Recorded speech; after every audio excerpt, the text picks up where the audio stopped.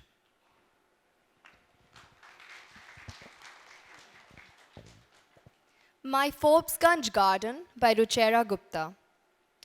In the outside world, livelihoods vanished. Workers hiked thousands of miles back to their villages. Food trucks disappeared. Trains went to the wrong stations.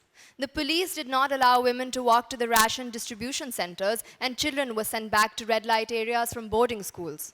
Sometimes trapped, 11 to a room with no fresh air, let alone data plans for online education.